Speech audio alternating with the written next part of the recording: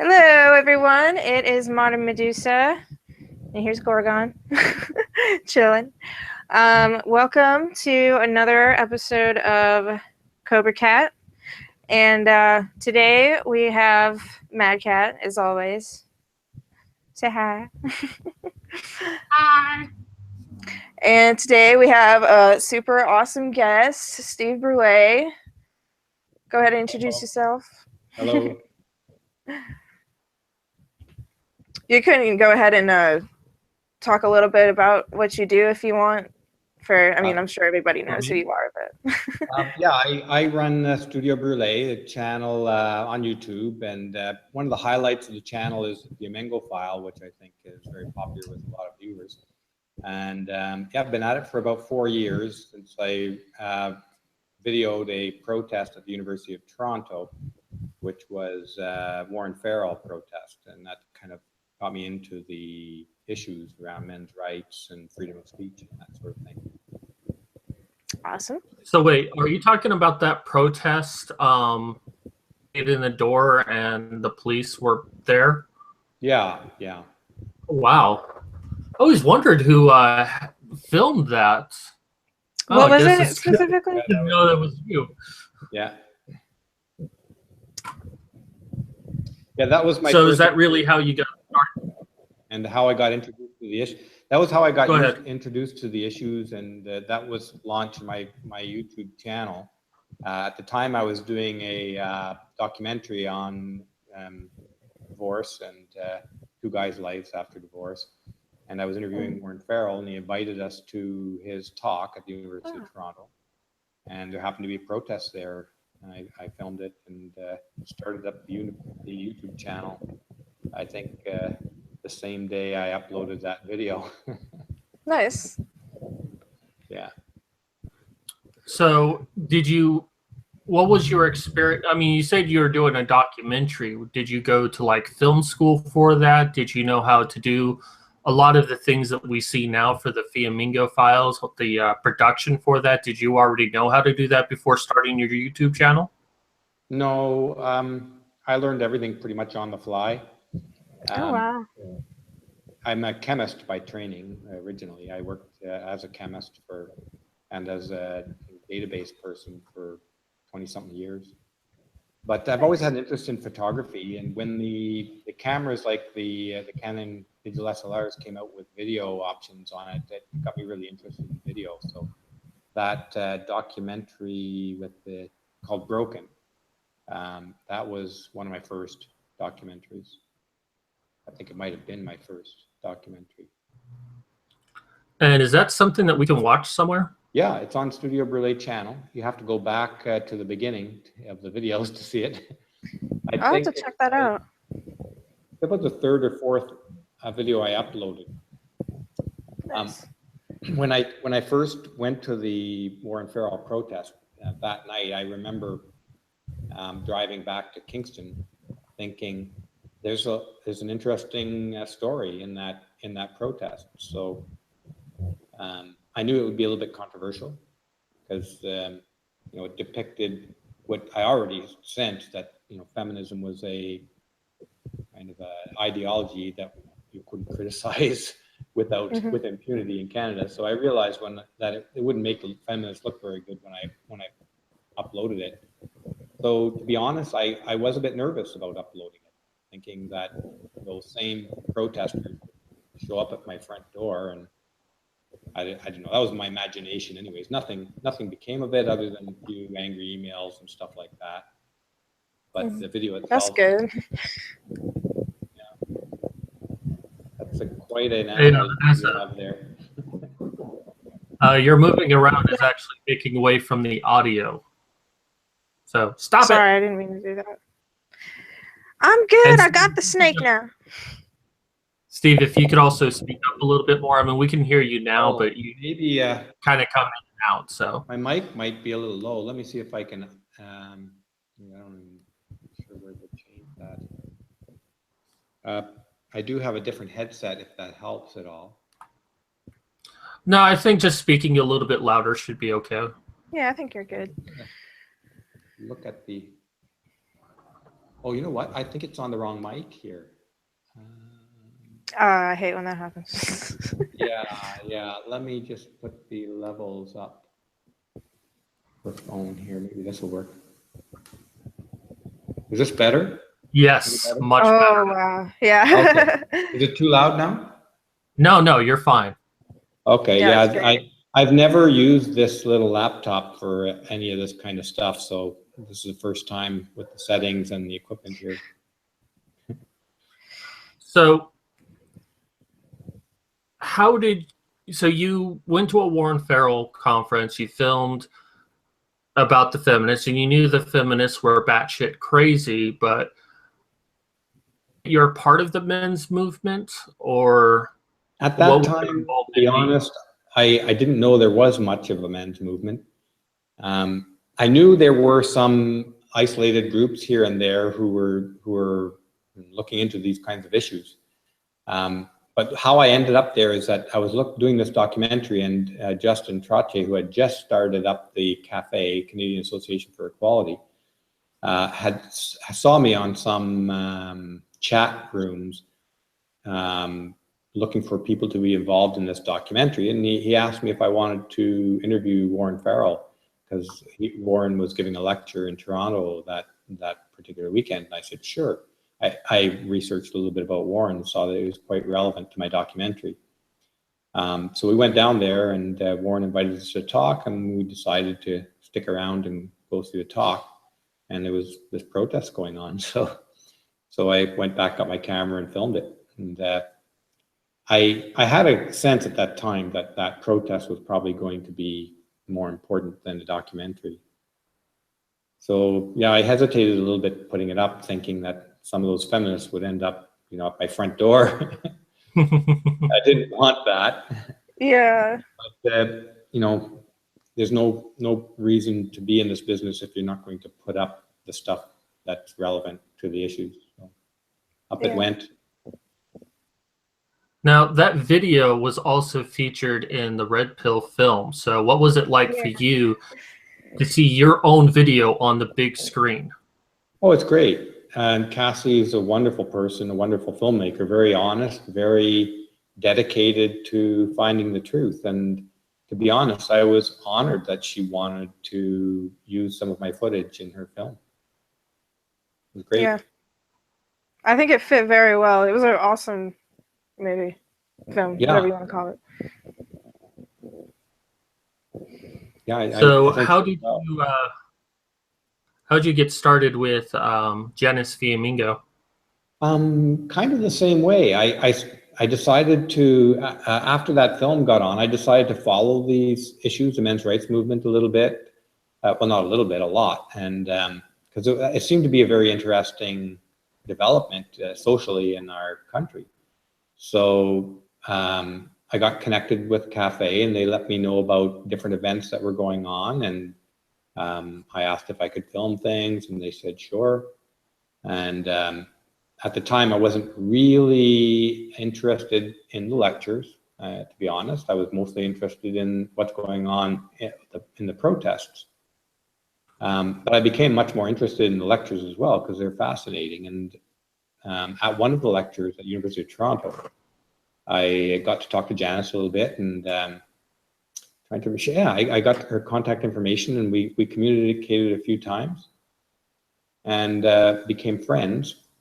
And one day on the weekend, I think a couple of years ago, her and her husband were over, and I asked her, I think, why don't you write whatever you want, and I'll record it, and we'll publish it and see what happens. Yeah. We had a few conversations on that. It didn't take very long for her to say yes. She became interested in the idea, and it just went from there. That's awesome. Yeah, I mean, Janice is a one-of-a-kind thinker. She penetrates the issues very deeply and very courageously. So I mean, I'm very proud. I'm very glad to be able to be involved with people like that, with people with a lot of integrity, a lot of interesting ideas, and the courage to say it without any reservations. Yeah, she's definitely inspiring, and so it's like, you know, a lot of other women and men, you know, like Christina Hoff Sommers, and like, you know, I could go on about all the people who, you know, talk about, and Cassie, you know, who talk about their experiences and what they've discovered about all this. And you know, I'm just, it's really nice to just like meet people and talk about it, and not you know, without anger or anything, you know, like how that social justice warriors, I guess, usually bring in, if you know what I mean. Yeah, there are a lot of very strong feelings on all sides of these issues.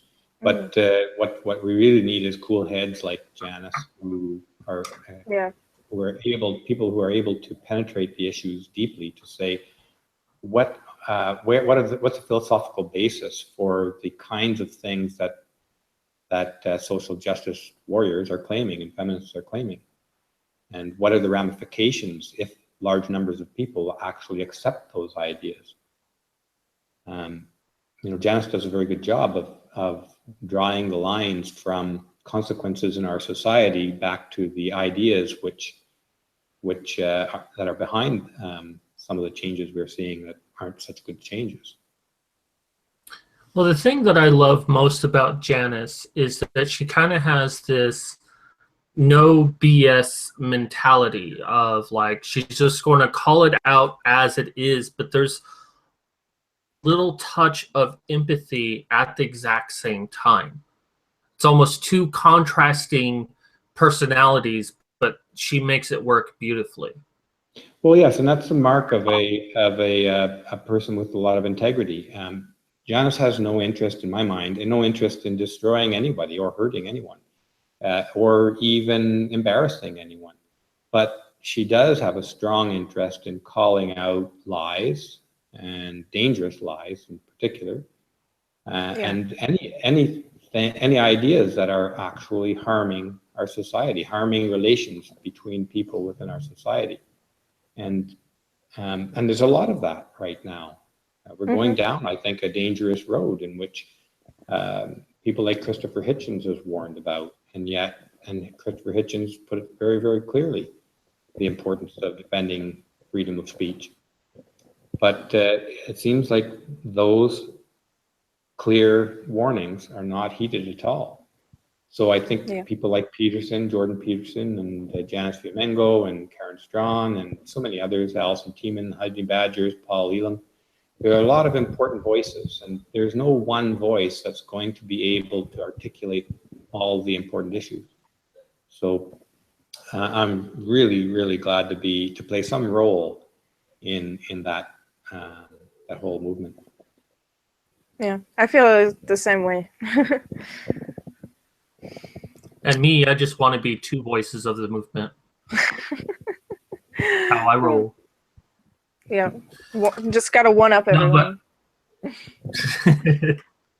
Well, honestly, though, with what's happening with YouTube right now and the fact that I got revoked, I feel like, and I do kind of take this personally, I don't think YouTube is out to get me, but it's like, I just want to have a voice. I'm not in it for the money, although I won't shy away from the money if given to me. But yeah, I just want to be another voice in a chorus that is singing for men's rights. And that's just how I look at it.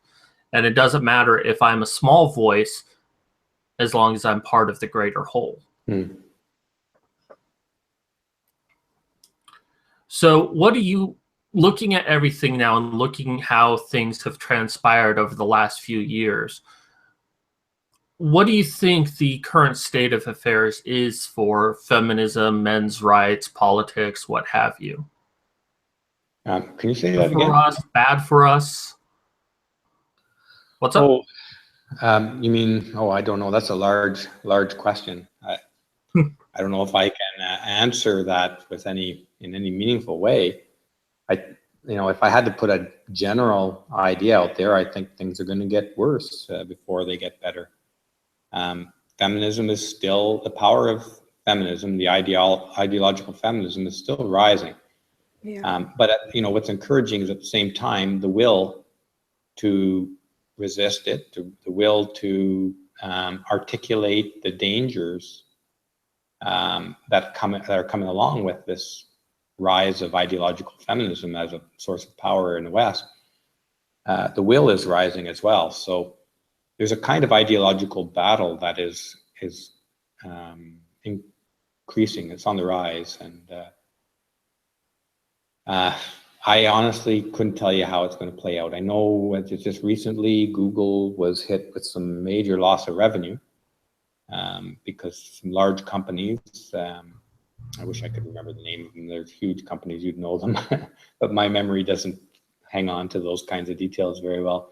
But they did withdraw their advertising because they were concerned that their ads were showing up against men's rights videos, and men's rights now, and anyone who criticizes feminism right now is considered by these very powerful organizations to be hate, or at least dangerous. So that's a very bad sign that ideological feminism is becoming a sacrament of sorts, almost a sacred text. You can't criticize feminism; it is sacrilege. You will not. Your videos will be demonetized. Your channel could be shadow banned, or your accounts on certain places like Twitter. And this is coming. And to be honest, I don't think Google or YouTube cares much. They do care, though. They don't care about the issues so much. They care about the loss of advertising revenue. And their loss of advertising revenue can be huge. You're talking in the billions of dollars. So I don't think they're going to let those billions of dollars slip out of their hands if there's anything they can do about it. But it's a tricky position for Google, and you know, some people have written quite eloquently on this. Or at least for YouTube, it's a tricky position because YouTube was built. Its power rose from the unique voices, the kind of not undercurrent, that's not even the right, but the non-politically correct people of the internet, in a lot of ways, built YouTube as a grassroots, made it popular. And those are the very people who think more deeply about these issues. And those are the kinds of people who are likely to be critical of feminism. So YouTube is trying to protect its advertising dollars, but in the process, it may chase away their user base. I don't know. I mean, it's still a very, very big company, but big companies have fallen in the past. It's a lot of very, very, very smart people out there who are critical of feminism. Many of them in the IT world, in the high tech world, and I can't think of a reason why some of those couldn't recreate a YouTube with different policies. Whether it would take off or not, I don't know. So I really don't know where the direction is going to go, but I think that politically and economically, the power of feminism hasn't reached its peak yet. I agree. That's a fair assumption. We just have to wait and see. Yeah. Or for me, in a way, I'm kind of hopeful that what I'm seeing right now is that an animal is the most dangerous when it is wounded. When feminism as a movement as a whole is wounded, so they're being more vicious. And they're starting to see that, you know, they're not having the power or the influence they once had, so they're doubling down. And every instance they can to make the news media, they're going to take that opportunity, no matter how stupid they sound in the process. And while it's really, really bad now, it's a sign that things are starting to turn in our favor. And when I say in our favor, I mean from an egalitarian standpoint, not just a men's rights standpoint, that we can have a balance between men and women where neither gender is ignored. Issues are taken seriously. You know, I'm not wanting a zero-sum result here. that we take away from feminism, give all to men's rights. But I think feminism, it is a zero-sum game for them, that if you give anything to men or anyone else who's not feminist, you're taking away from feminism itself. Yeah. And that's what they're fighting for, is so that no one takes away their power at all. So that's kind of where I'm viewing things right now myself. It's good to be optimistic.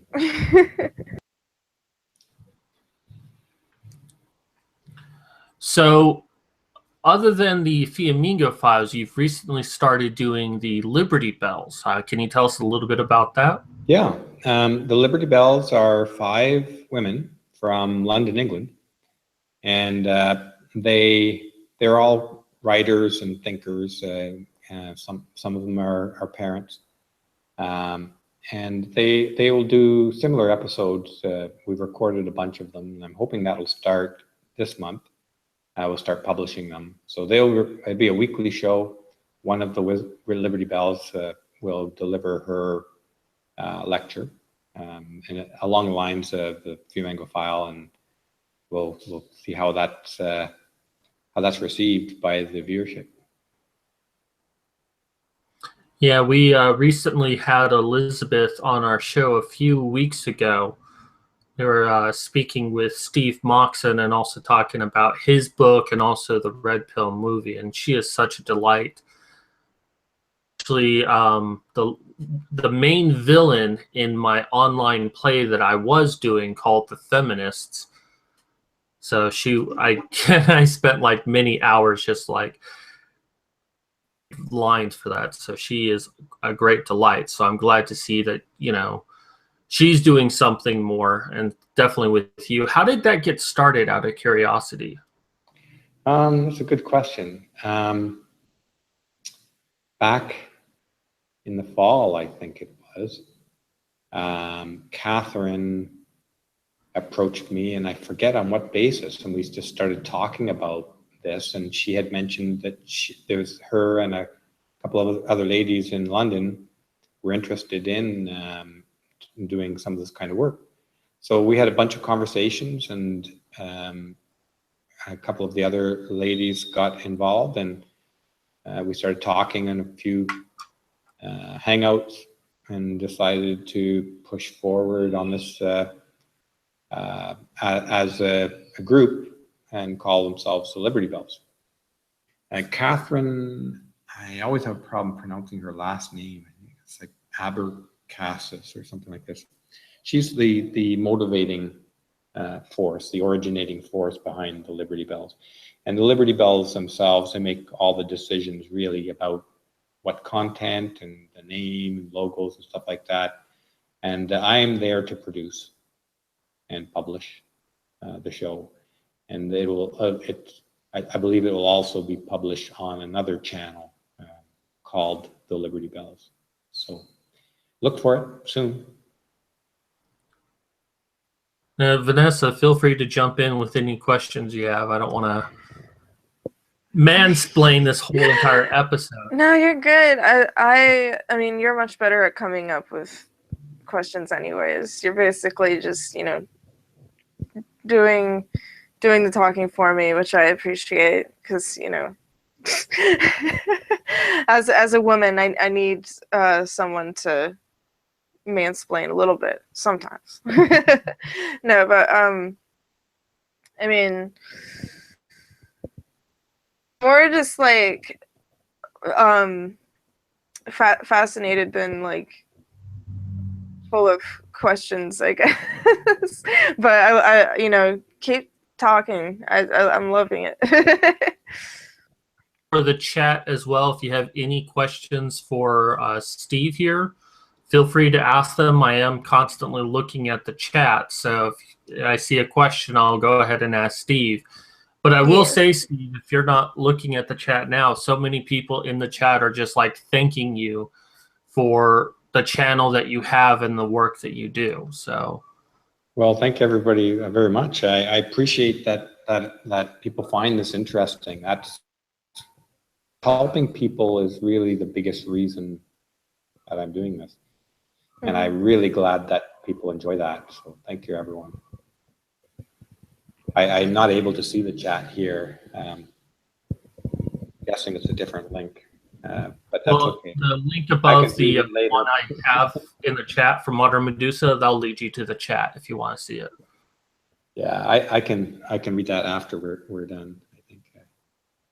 But if you want, if there's our questions come up, for sure, let me know. I'll be happy to do whatever I can to respond. Someone asked, is Steve the owner of Minds? I don't think this Steve owns Mind. Minds, the new website? Yeah. Yeah. Yeah, I wish I was the owner. I think it's so. I have a question. Sure. Well, go ahead and finish your thought, then I'll ask my question. My thought? Oh. Yeah, you were saying that you were thinking Minds was. Yeah, I think it's a good alternative. I think to Facebook, or is it? They're promoting it as a. Is it an alternative to Facebook, or is it? They're going that direction. Right. They're trying to make it an alternative to Facebook and Twitter and YouTube. Great. I am on Minds, and I think Elizabeth Hobson's on Minds. I don't know very many other people on Minds at the moment. We are. Great. Yeah, I'll have to go find you so I can add you. Definitely. I think I'm on as studio.brule or Studio Brule, one of those two. Cool. So the question I have, and feel free to just like laugh in my face, but you being a former chemist and also being bald, did you ever go as Walter White for Halloween? It's funny you ask. I didn't even know of the show Breaking Bad, and at one time I had my beard a little different than this, and it was a little rougher looking. And I was with a group. My brother works for a group of tech companies, guys in Ottawa, and they were all in my town in Kingston at the time. And we met for lunch. There was about 10 of us there, and this guy made the same reference that you just made, and I honestly had never even heard of the show yet, and it was in its 4th season or something like that. So that was when I heard that, I decided I better go and watch this show, and I did watch the entire, like 6 seasons or something like that. Oh wow! I liked Walter. I think I'm somewhere on the 4th. Are you? But, yeah, I'm on like a part that's really kind of slow, so I'm trying to get back. Yeah. into it. There are some slow parts in that series for sure. I thought it wound up to a very exciting ending. Oh, okay. Well, that's encouraging. Yeah, I mean, I'm not gonna say anything because I don't want to spoil it for you. Some people wouldn't like the way the series ended, but you know, I think it. Yeah, was, I still haven't gotten past the first episode. Oh, I tried to watch it, but you know, it's not really my kind of show. I understand why people like it. I'm not going to diss it, but I tried watching it with my mother once because she was like obsessed with it. And, you know, I made a comment like, well, you know, I was kind of surprised how quickly the first show got him into doing all of this. I was like, I would kind of wish they kind of stretched it out a bit, but I understood why. And she just started yelling at me like, well, you just don't understand and blah, blah, blah. I'm like, whoa. Oh, dang. Yeah. You know, she got triggered. Okay. So I never bothered watching it again because it's like every time I do, I just think about that moment, I get triggered. So yeah, it's a traumatic experience. Someone in the chat asked if Steve, if you've ever read Tom Sowell's works and if you've ever tried getting him on for any videos, if you know who that is. Tom Sowell, I don't. I'm embarrassed to say that I don't know near. That's okay. I don't know him either. That's good. Can everybody hear me okay? I'm wondering whether my microphone is working properly here. oh, no, you're coming through fine. All right. Oh, okay, because I don't get any feedback at all on this, and there's no level indicator or anything. Or am I not seeing it properly? No. I think you might be able to edit in the settings. I'm not sure, but you sound fun. Great. So, one thing I was curious about the Janice Fiamingo files is, it looks like she's filming behind, in front of a green screen.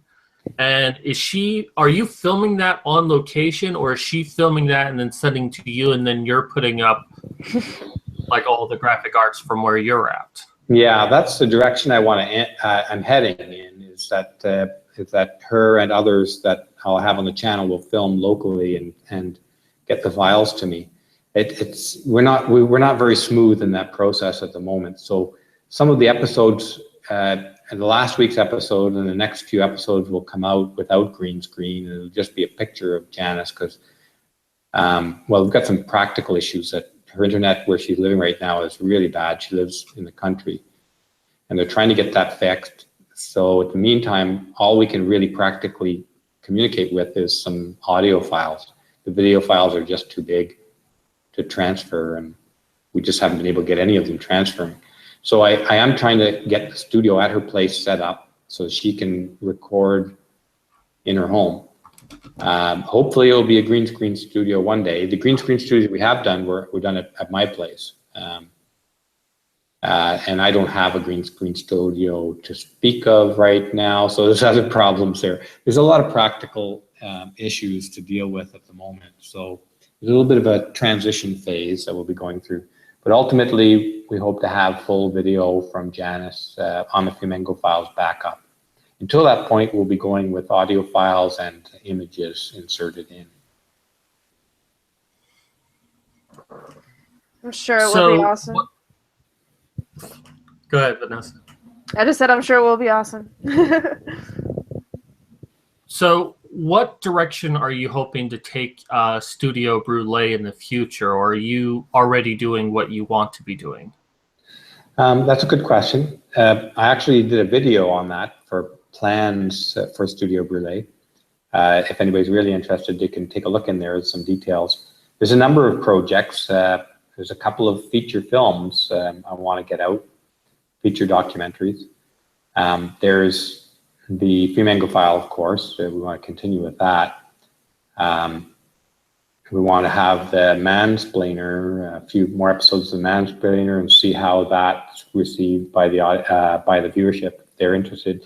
A lot of what I'm going to persist with is going to be dependent upon how the viewers respond to it, what they like. I do want to get to larger productions as well. So one of the strategies there is one of the reasons why I want to get the sort of the remote studios production strategy set up where speakers like Janice can record in their homes and send me the files, that it gives me more time to work on other things as well. So ultimately we'd like to have 5 shows a week, but it's proving to be a little bit difficult. There's some stumbling blocks along the way. The Liberty Bells is one, the Mansplainer, Fiamingo file. A live stream per week would be great. And then a couple of other documentaries. I mentioned in the plans video that I have a documentary about a biography on Paul Elam that's coming out. And I hope to get to cover the Men's Issues Conference in June in Australia. I have to find a way to get some money for that. It's going to be an expensive one. Yeah. And then there's a trip that we might, that I'm pretty sure is going forward to India to study how the men's rights movement in India has achieved some of their successes. So from the chat, and by the way, that's all really great stuff, and I look forward to all of that. But yeah. Someone from the chat, the person who asked about Thomas Sowell. Yeah, I just asked him about that earlier. Apparently, he's an economist who's very well versed in political history, and he's been disproving feminist rhetoric since the 1970s. Okay, he was there pretty early on then. And Phoenix asks, is the best of your work going to be called Creme Brulee? Oh my god. I was going to suggest, I thought about this earlier, I was going to suggest opening up like a dessert shop and you just have like all different kinds of creme brulee, but you just call it Steve Brule. Oh, I'd go there. Well, we'll have to raise some money to start that one. Oh yeah. Let's do it. That's a great idea, though. That'd be Creme brulee could be the all-time hits, top videos or something. That's a great idea. Creme brulee combines the two things I love: fire. Would you say cream and fire? I said dessert and fire. Oh, okay. Sorry, I didn't hear that part. Did you want to? So, sorry. No, go ahead.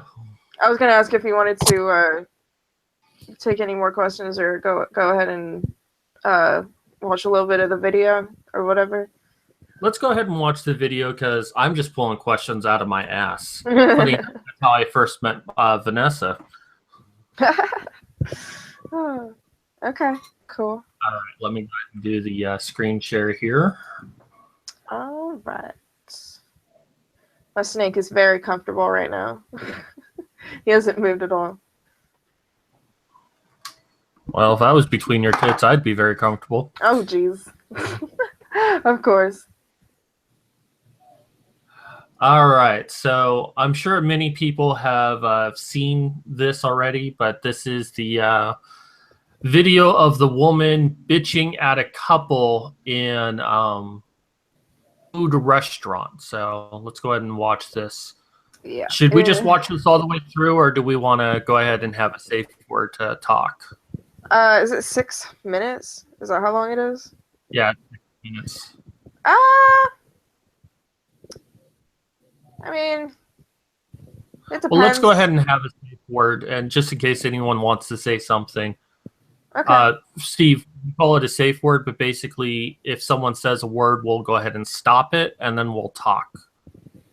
So if you want to say something during it, and what should our safe word be? Let's make it brulee, because I just really love brulee. Okay, that works. Stop the video. As long as you're cool with that, Steve. Sure. No problem. All right. All right, play. Let's go ahead and start.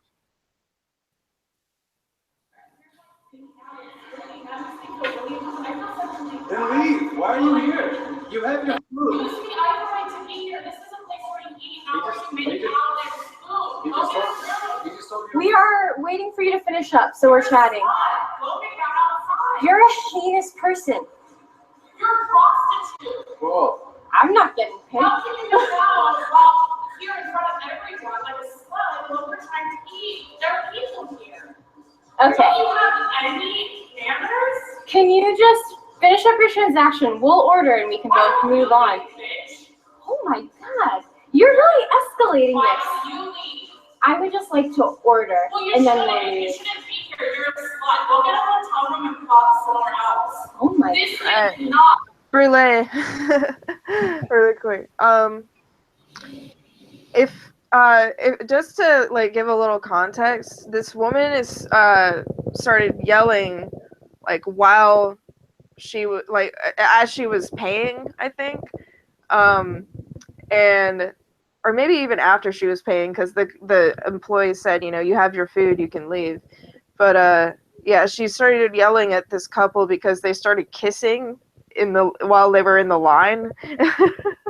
So she starts calling her a slut and a prostitute and saying they were literally having sex inside of the restaurant, and she just keeps escalating it. It doesn't get any better.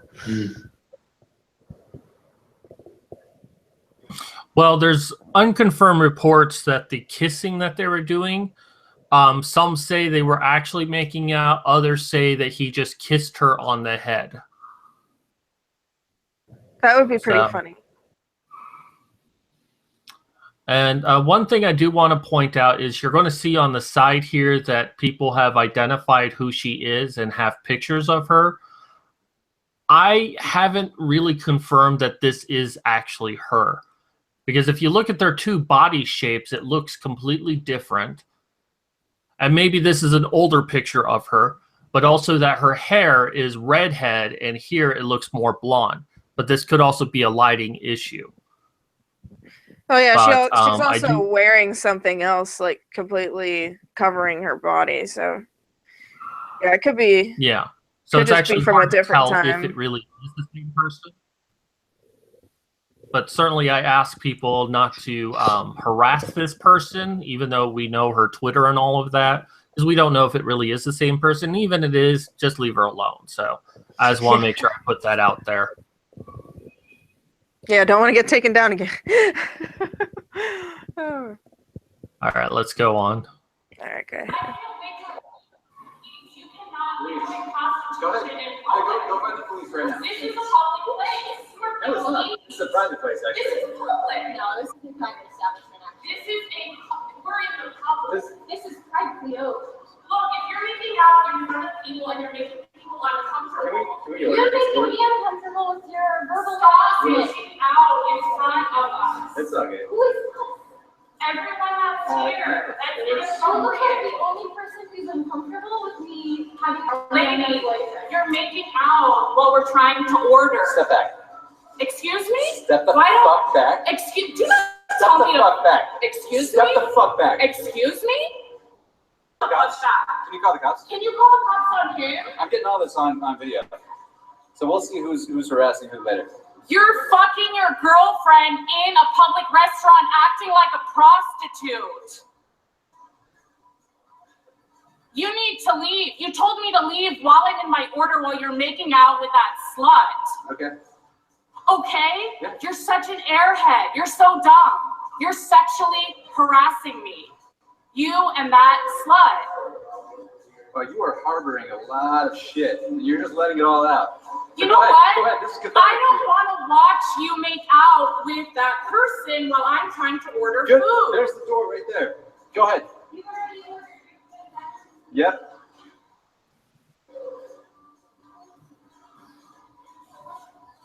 I want my money back. I want my money back. I want a refund. Excuse me, I just spent $20. I want a refund. Who are you talking Brule. So I think this is a very telling point here. And one of the biggest criticisms I've received in reporting on this is that everyone's like, well, you don't know she's a feminist. You know, she didn't identify as a feminist, so you don't know she really is a feminist. And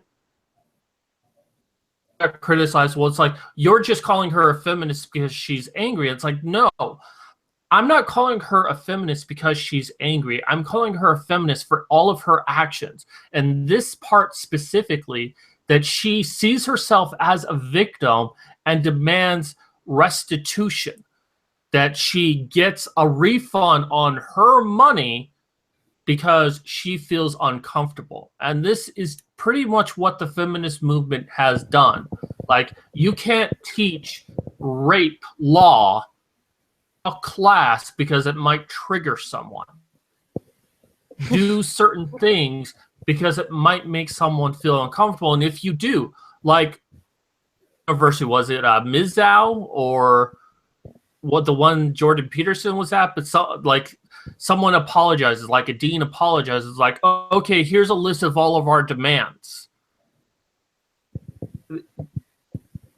If anyone else wants to say something, but it's just like, this right here, this is why I think she's a feminist. Well, it's also. Oh, go ahead, Steve.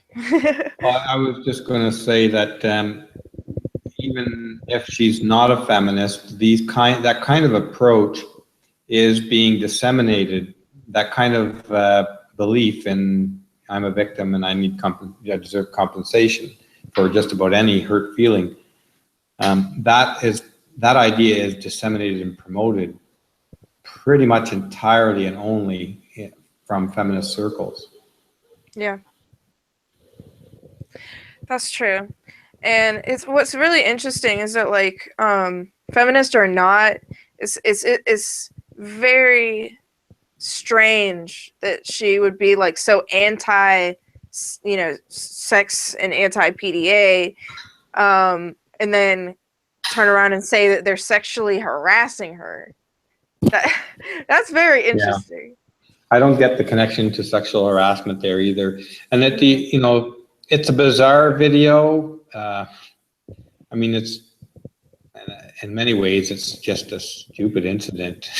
Yeah, I agree. But I don't know. I haven't seen the whole of it yet, but this woman seems to have some problems. Yeah, definitely. Obviously, it's not just her. She must have been having a really bad day. that was probably the start of it. Or she was really trying to get some free food and just started yelling at the waiter to get free food. Yeah, that's a possibility. All right, let's continue on. Go ahead. I want to do that right now, and I'm reporting you to your manager. He's already talking to his manager. And I want to talk to the manager. So you talk to me. I'll give you the tape. I'll give you the tape. I can call the manager before you need to be fired for allowing this. I want my money back.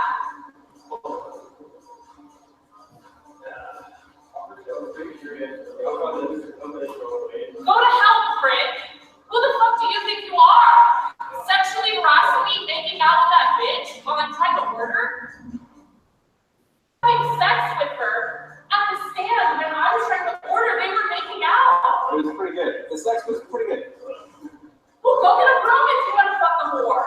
I mean, I don't want to watch it. It's disgusting. It's disturbing. You making out with that ugly bitch? It is so nasty. How much I want to puke on both of you?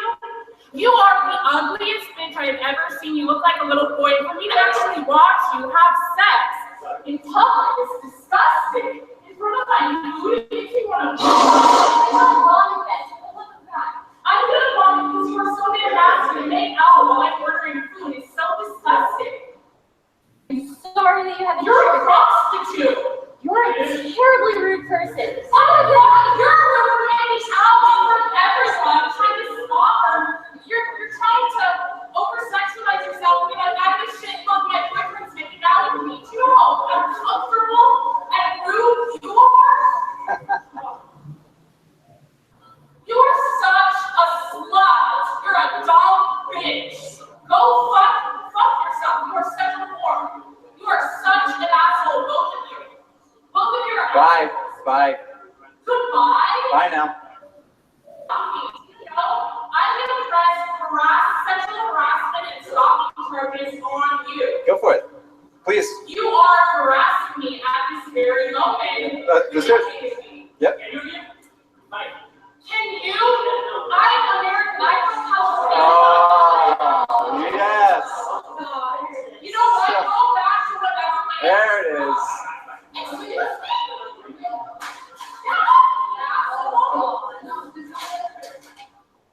Yeah, just Where leave the it. fuck are you from? Go back. Go back, you retarded foreign asshole. Yo, he's more wanted here than you. Leave. Leave. You leave.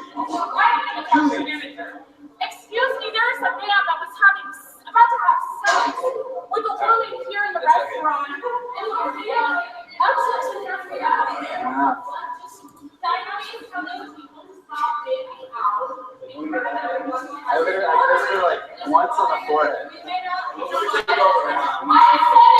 Police here. I'm sending the police to arrest the reporting the prostitute. You're a prostitute and I'm sending the police. Go. Wait, where are you going? The police are coming. That's my favorite part. Oops, sorry. Go ahead. We're done. That was great. Oh, one sec. So, Steve, your thoughts on this? I mean, it looks to me like it's a troubled woman there who just can't let go of what looks like a minor inconvenience. I don't even know if it's even an inconvenience. What's strange to me is that she can't just take her food and leave if she doesn't like whatever's going on there, whatever it is. We don't know what really went on there, but the other thing that kind of came to mind to me is when somebody objects to something like that so strongly, it's almost like she's really envious. That maybe she has no sex life of her own. She doesn't want to see somebody else having a sex life or having affection. And maybe she has no affection in her life. And so it bothers her to see other people who have affection for one another, you know. There's a lot of trouble in that woman's life for sure, one way or the other. And Vanessa, did you want to say something, or are you still doing stuff?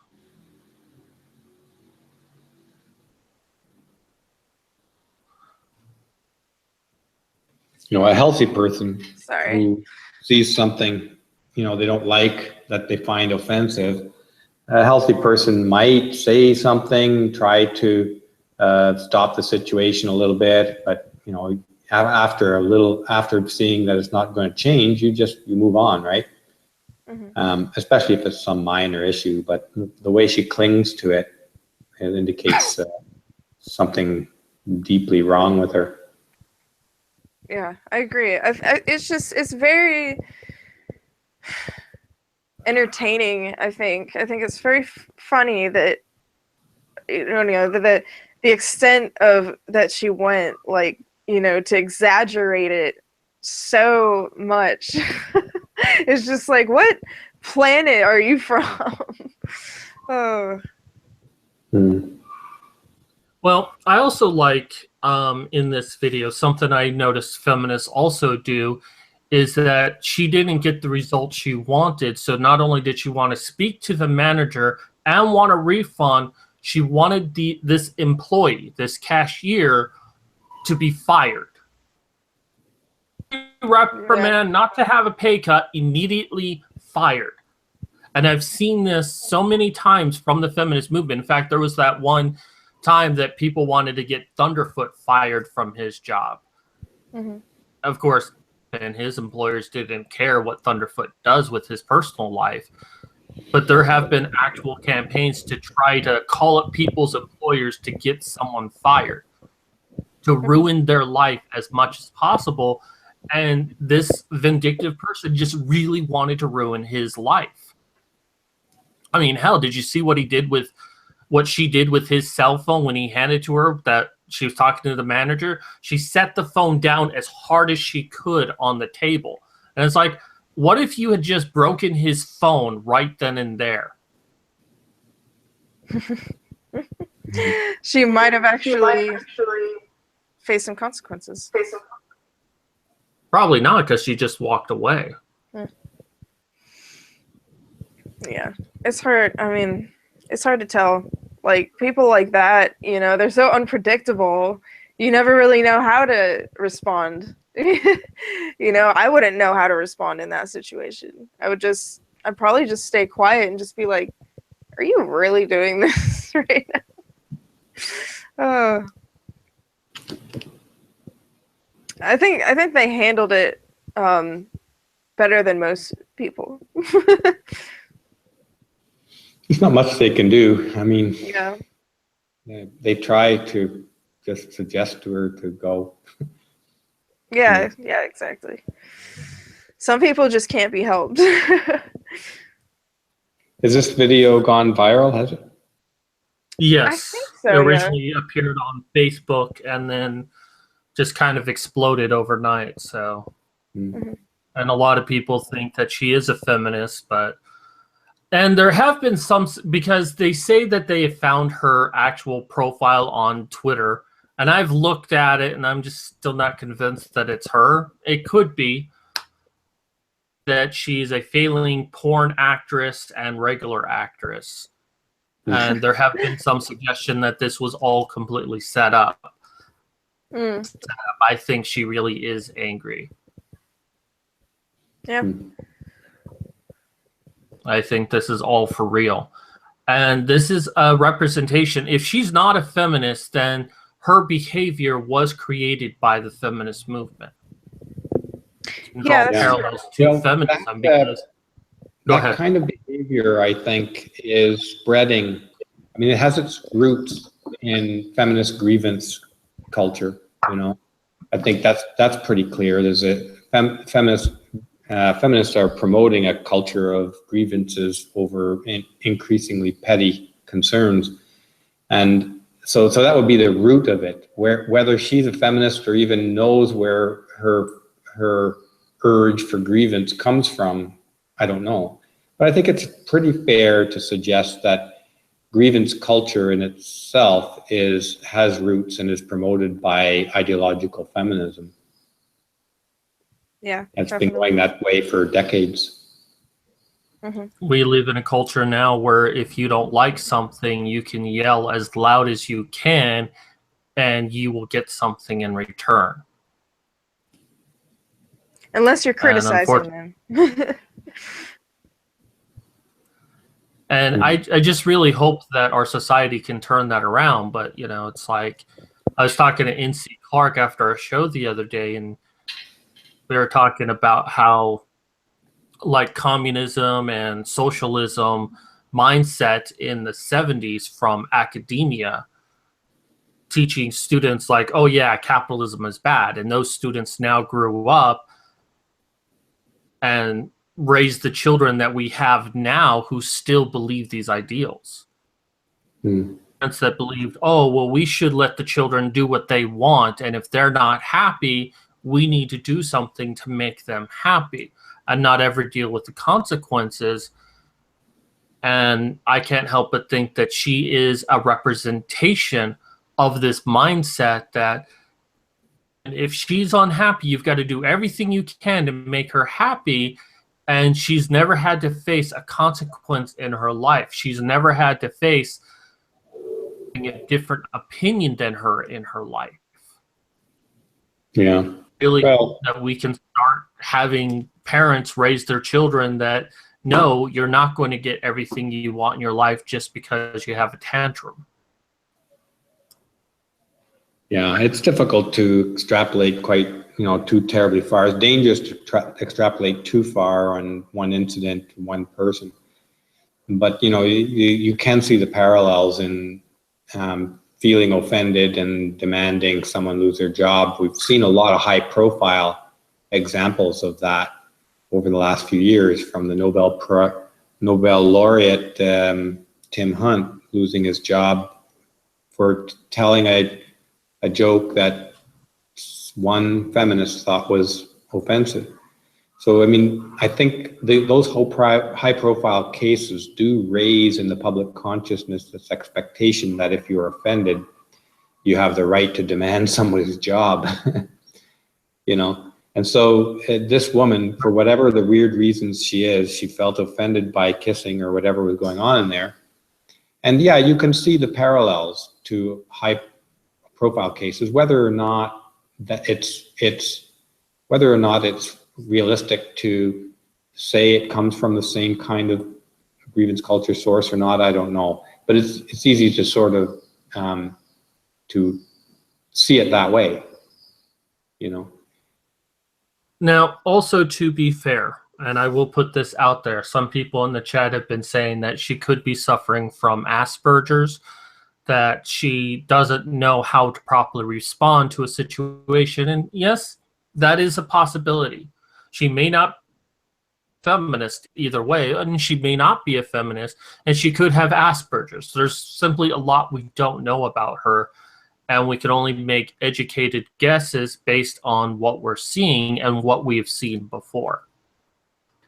But unless she does have some sort of mental handicap that prevents her from interacting with the world properly, I'm still going to believe that she's a feminist until someone tells me otherwise. But yes, I am 100% guessing right now that she's a feminist, but all of the telltale signs are there that this is a person who has the same feminist indoctrination that we see time and time again.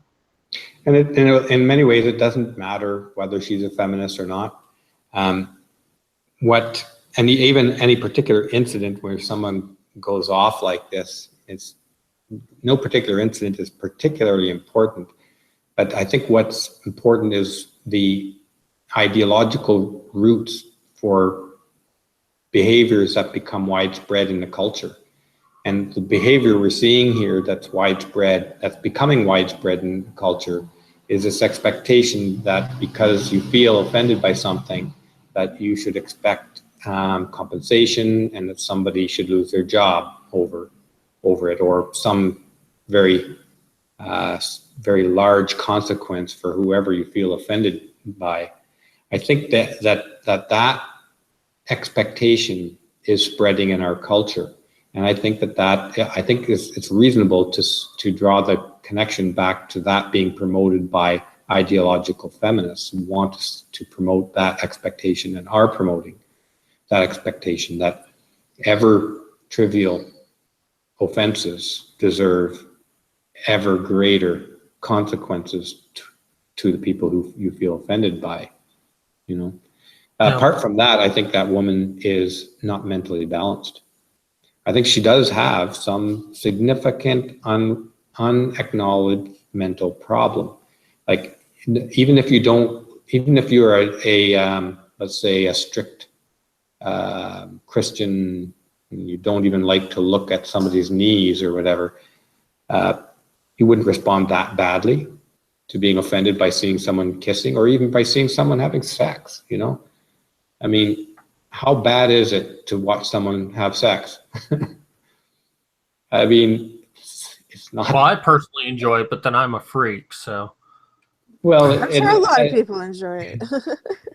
So it really does strike me in that thing is the extent to which she, apart from the grievance culture element, the degree to which she feels angry having to view a couple showing some kind of affection to one another.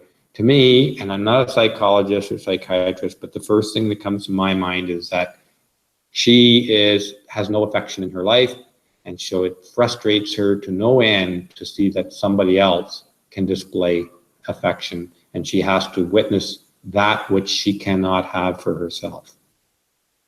I agree with that. Yeah, I do want to pull a question from the chat real quick. This is by White Squall. He asks, the biggest problem is that most teachers have strong left political ideals. Why do you suppose other political views are scarce, and is it likely to change anytime soon? Is that for me? Yes, that was for you, Steve. Oh, well, I wish Janice were here to answer that, because I think in universities have always been leftist. Going back the long ways. I can't even say when it would have started, or if there is even something inherent about intellectuals or being an intellectual that predisposes someone to think more leftist or feel more leftist. One thing that Peterson remarked on is that people who do, just recently, is that people who do go on into higher education have a tendency, higher personality characteristic for openness, which I take to mean that they're open to different points of view more. And when you're at a university, this is a university, and education is almost an inherently socialistic sort of micro culture. You go to university, you're in a little mini commune of a sense. In your class, it's not as authoritarian, certainly at university, as you would think. It is more socialistic by nature. And when you combine that with people who tend to be more open on a personality characteristic scale, Peterson, I'm sure, could correct all the many errors I'm making. I think that universities are, by their nature, they tend towards leftist thinking and not sort of right political spectrum sort of thinking. Mhm. I mean, depending on what you mean by right and left as well, because typically right of center is sort of more economic and individual freedoms and responsibilities, whereas left tends to be more social awareness or something along those lines. Well, I think a discussion I was having is, God, now I've forgotten it. I just had it in my mind and poof, it's gone. Oh, that's okay. Who was it with? Do you remember? But another thought I was having is maybe it makes sense that our college professors tend to be more left as it is, as that we're in an environment that's promoting openness to new ideas, to, challenge what we know as reality, to see the bigger world. And the left is more able to do that than the right. Liberals are able to see that the world needs to be changed versus conservatives that kind of want things to stay as they are. So I think it's only natural for college professors to be leftists, is that they're questioning reality so much that they think that everything that is normal is wrong and immediately go towards what is different is better. So socialism is a good idea, even though there's prime examples such as Brazil and Venezuela that socialism has failed. Evidence that socialism is the right thing. Mm-hmm. Well, I mean, I think most people also would love it if somebody would provide for all their needs and didn't have to go to work. Yeah, true. I mean, who doesn't want that? I would, would like to have a lifetime income for nothing. Mm-hmm. But I do realize that if everybody has an income for nothing, and something's got to give, and that nothing has value. Somebody has to get the work of the world done, and that tends to be the conservative approach, is to say you get compensated for your labors, and you can take care of yourself. Out of curiosity, we know that you do Studio Brule, but do you actually have a day job, or is doing the video site your day job? The video stuff is what I do all the time now. Awesome. I stopped working as a chemist and as chemist in 2004, I think it was, or 2005. And I did about 6 or 7 years of database IT work, computer work. And then just before I did the first documentary in the Warren Farrell protest, that was around, or I quit all that stuff around just a little bit before that. Awesome. Oh, sorry. Had an itch. Come on, Vanessa, you have a question for us. Ask it. I don't know. I'm sorry. I'm paying attention to my drawing over here, and it's hard for me to think of questions. That's what you're for. Hell, I do what I can. So, is there any channels on YouTube that you watch, or anyone that inspires you for work That's a good question. now? Yeah, sure. I mean, there's so many good channels, and I can't possibly watch all the stuff that regularly that I'd like to watch. But An Ear for Man with Paul Elam is a great channel. He has some great ideas and well articulated. Paul Joseph Watson, I like forceful and unrestrained commitment to his ideas and his presentation. He's got some great ideas, and his personality and way of going about it is very powerful. I love that. Karen Strawn, of course, has always got great stuff to say. And the Honey Badgers. Christina Hoff Sommers, I sometimes watch her stuff. She had a great article out, not her article, but she did tweet a great article that was an analysis of a lynching, modern lynching of a professor, just today or yesterday that she tweeted on. Really good, really well written. It was written in, what was the name of that? I tweeted about it, so if you're interested in that article, you can see it in my Twitter feed. Well worth the read. Yeah. Boy, I know I'm missing lots of names here. So there are just a lot of great stuff out there. I'll think of more names as soon as we move on to another topic, I'm sure. Well, we are going to start winding down. We're going to probably end in about 15 minutes. So, Chad, if you've got any questions, now is your time. Although we will be doing a show on Thursday, so if you don't think of anything now, just come back on Thursday and ask then. Well, okay, someone just called me Modest Medusa in the chat. That's funny. But are you really modern?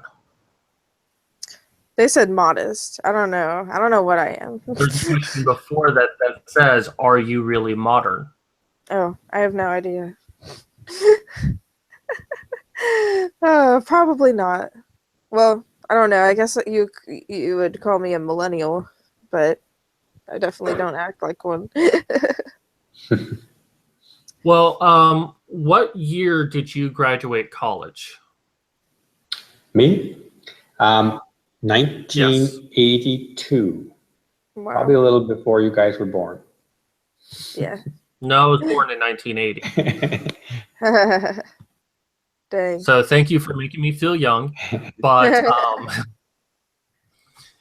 what was college like for you back then? Was there any politics in your school? Because I've talked to a few people, and they say that right around the 1980s, did it really start to pick up? Maybe the late 80s, but...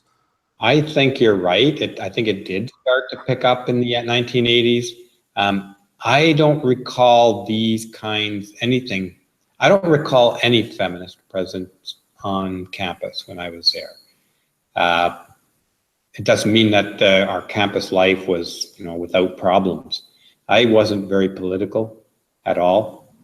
I was studying chemistry, so it's not much political about chemistry. And my whole mental state at that time, intellectually, was I was interested in learning about the world, learning about reality, learning about the physical reality, learning something about the universe that wasn't going to change with fashions and politics. That's why I went into chemistry in the first place. So I pretty much didn't pay any attention to the issues. And at that time, in my mind, any of those issues that were going around on campus, they just didn't seem very big or important to me. Maybe they were. Maybe there were big stuff going on, but I walked by it and didn't look. I had my circle of friends. We talked about comedy things. We talked about, strangely enough, quantum mechanics. We talked about quirks and quarks and the structure of the universe and stuff like that. So a question from the chat. They're asking, since you're in Canada, local politics of your area, and Trudeau is still very popular, but I kind of want to ask on top of that, what is your opinion of Trudeau? Of Trudeau? Yes. Yeah, I'm not a fan. He's a feminist. And I have to say, if you can seriously, with a straight face, identify as a feminist, there's something wrong with your ability to think straight. And so I don't like having a feminist as Prime Minister of Canada. I think that's very unfortunate. He seems to be learning better how to handle himself politically than we first started. When he first started, he was like, basically he was like he is, a kindergarten teacher out of his depth, saying platitudes that are even embarrassing platitudes from a politician's position. He delivered one of the worst interviews with Peter Mansbridge on CBC during the election period that I have ever seen a politician deliver. And when I watched it, I thought, okay, that's the end. He's not going to get elected, because no Canadian could possibly elect a guy who comes across as that stupid. But I was wrong.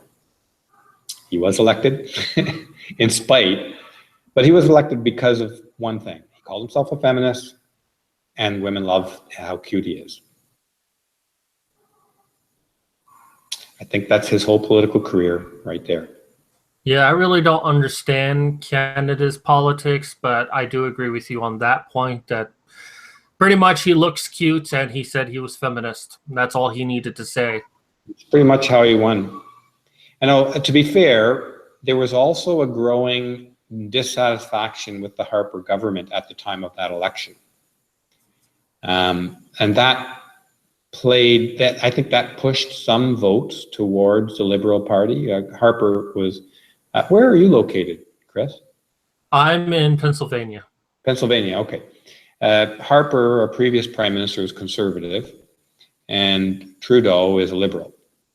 Now, at the time of that election, there was a growing dissatisfaction with Harper, and I can't even remember why, to be honest.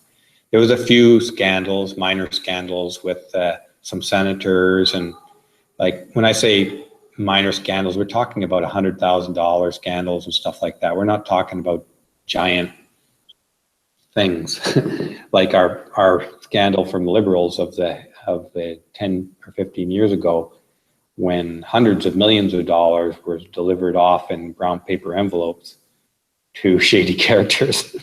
That was a bigger scandal. But in any case, there was some growing dissatisfaction amongst some element of Canadian voters with the Harper government. And so some of the vote was just purely a vote for change. And the NDP have never really been a viable vote for change at any point in Canadian history. They get little surges now and again, but they're always sort of a third place party. So Trudeau also has another thing going for him. He has a very famous father, and the Trudeau name is a household name in Canada. Pierre Trudeau being one of the most famous and charismatic politicians probably in Canadian history. Plus, he is Castro's son. I mean, they do look a lot alike. There has been some Wait, rumors is that around about crazy? that. But, well, no, I don't.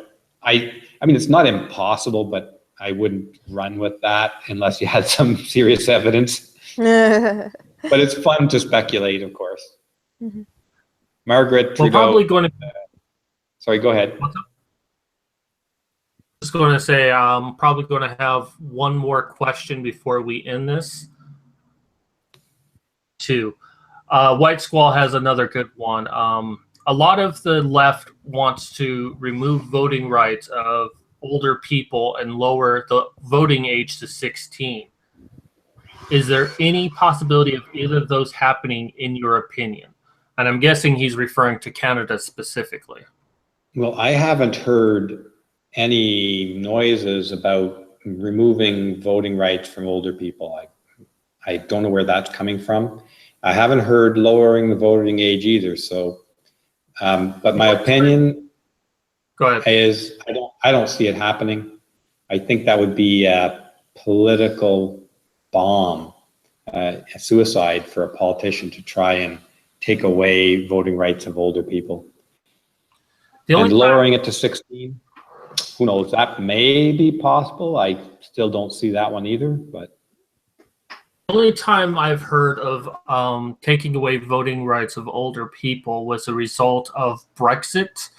that many of the older generation wanted to leave the EU, and the younger generation wanted to stay with the European Union, and started bitching like, well, we need to take voting rights from old people because they don't know any better. So, well, yeah, people can say anything they want.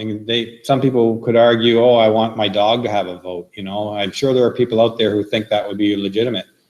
But saying it as a public, as a cranky, dissatisfied voter is different than saying it as an elected political figure.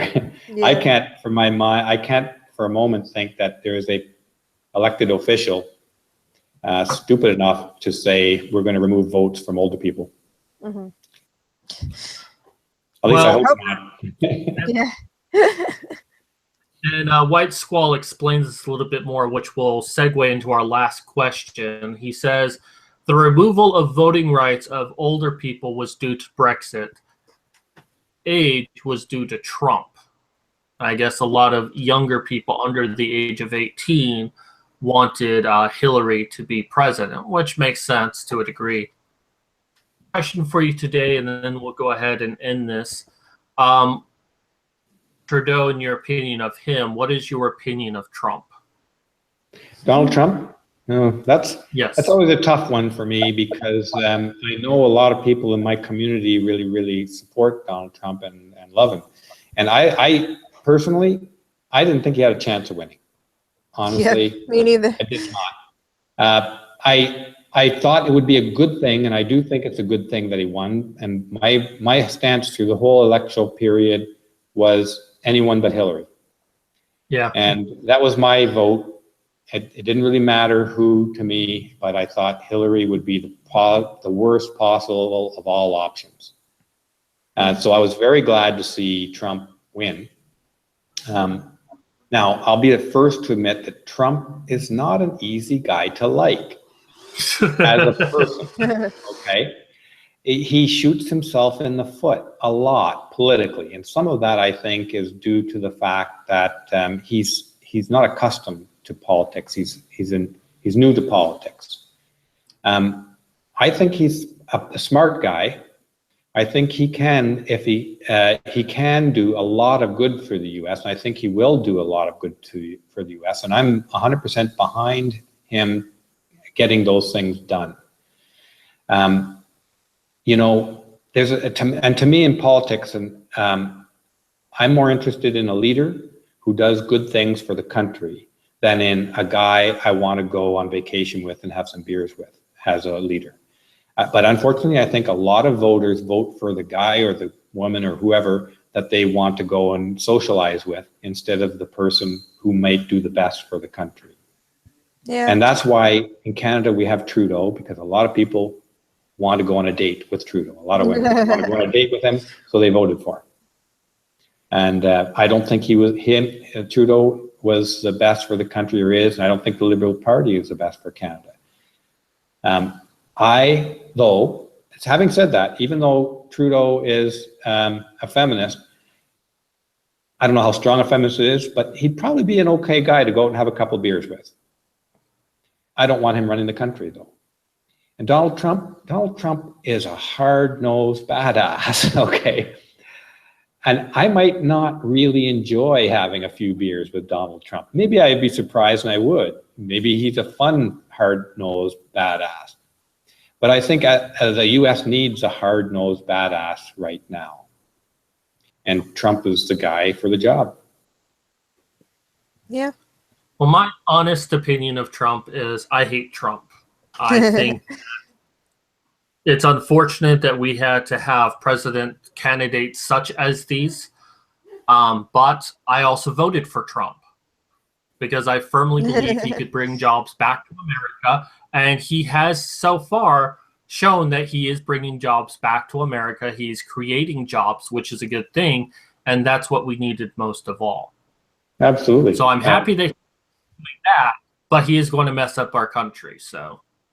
Well, I'm not sure he'll mess up your country. You know, some of the criticisms of him are, a lot of them are on his style rather than his substance. And he's not a very good. He doesn't have a very good style for a politician. That might be an understatement. I don't know, but he's one thing for sure is that he's willing, and this is a good thing. He's willing to say what no one else is willing to say. That is and true. He can get shot for it. You know, I mean, it doesn't mean he's going to be popular or be good for him or anything, but he's willing to at least, he's the guy in the room that say, hey, there's a big fat ass elephant in here destroying our buffet. You know, if you can do something about it, you can have a buffet, maybe. But if nobody's willing to say, get this big fat ass elephant out of the room that's destroying our buffet, then nobody gets to eat. And, you know, if we look at the issue of illegal immigration there, I from a Canadian perspective, I sit there and I look at this and I say, why? I don't think I don't hear him saying he wants to kick Mexicans or Latinos or anybody out of the country. From what I'm hearing, is that he wants to get rid of those who are here in U.S. illegally and have committed crimes, violent crimes, while illegally in the U.S. Now, I can't imagine anyone objecting to that in any other country in the world. Only in the U.S., bizarrely, people object to getting rid of illegal aliens who have participated in violent crimes, and you want to protect their right to be there. They don't have a right to be there. So Trump is, like, I think, spot on that. And so anyways, in those, like, it's strange to me that other politicians aren't willing to take that kind of a hard stand on a hard issue.